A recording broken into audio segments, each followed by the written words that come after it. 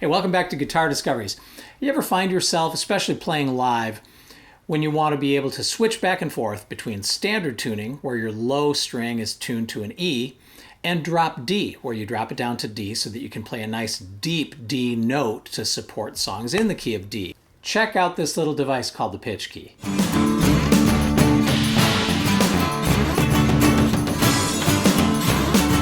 I saw someone demoing this and I looked at it and thought, that's cool. It's something that you can add to a guitar, completely non-invasive.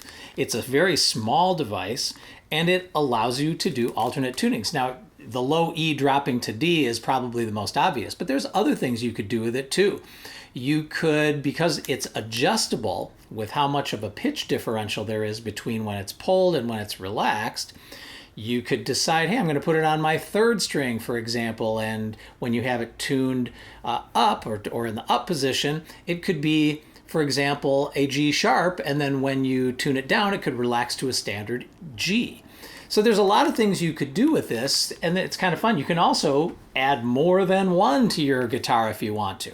So let's take a look. I'm going to open it up. This is the first time I've seen it. Okay, so there it is. It's a tiny little device. And it comes in a plastic bag, and it's got two things in it, along with the instructions, of course. It has the device itself, the pitch key, and a little Allen wrench. So I'm going to put this on my Gibson J-50 and give it a spin. You detune the string you're going to be modifying. You can put a lot of slack in it, get it really, really soft. Now what you'll find is that there's a little bar. That bar actually goes and slides onto the adjacent string. So in my case, that's going to be sliding onto the A string. And then the other two parts, you kind of pull the string forward, then tuck it under, and then there's a cam that pulls it up and down, depending on which position you have it in. And the way you make fine adjustments is with the little included Allen wrench.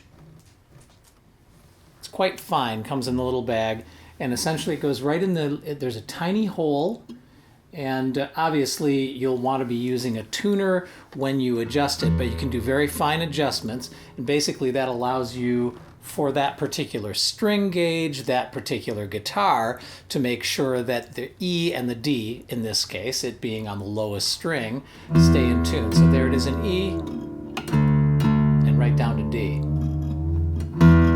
Up to E. So here I've got it in drop D.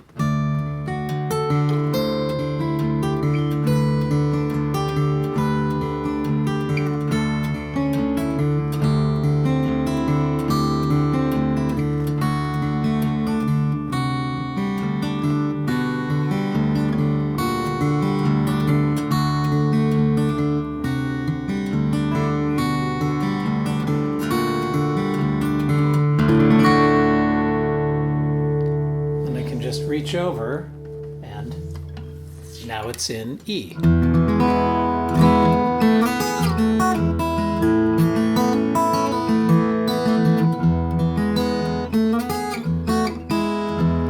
Now, in my own opinion, it requires quite a turn to get it up to the next pitch and sort of lock it. So it's not something I would probably use on the fly very much, at least the way it's designed. You know, it requires more than just like a flip. Plus there's a little bit of play. It's not totally like it goes lock, lock. There's a little bit of play. After you release it, it's got another maybe eighth of a turn available to it where there's nothing happening. I can actually turn this, nothing's happening. Up there it's locked. When I go down, it's got this extra play. So, yeah, see, to get it all the way down, you got to make sure you've rotated it all the way.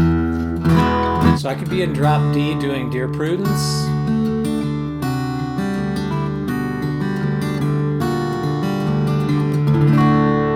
And I can move to something in E, let's say.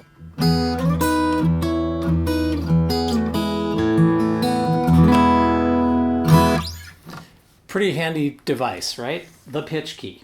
And it's somewhere around $35. It's not going to break the bank to give you that capability. So it's a convenience thing, you know? The other key, no pun intended, is that if you want to play around with some very simple single string alternate tunings, you can do that.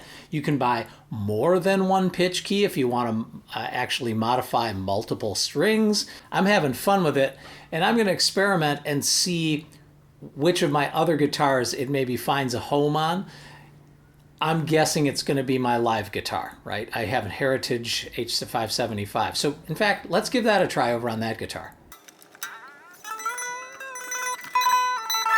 Okay, so now I've got it on my Heritage 575.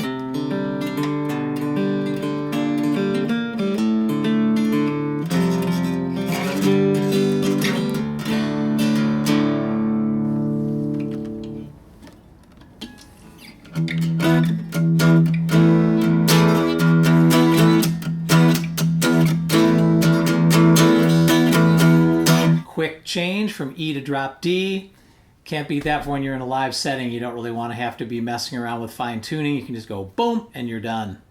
I like it. Thanks for being here on Guitar Discoveries. I love sharing little tips and tricks like this one. So please subscribe and hope to see you next time.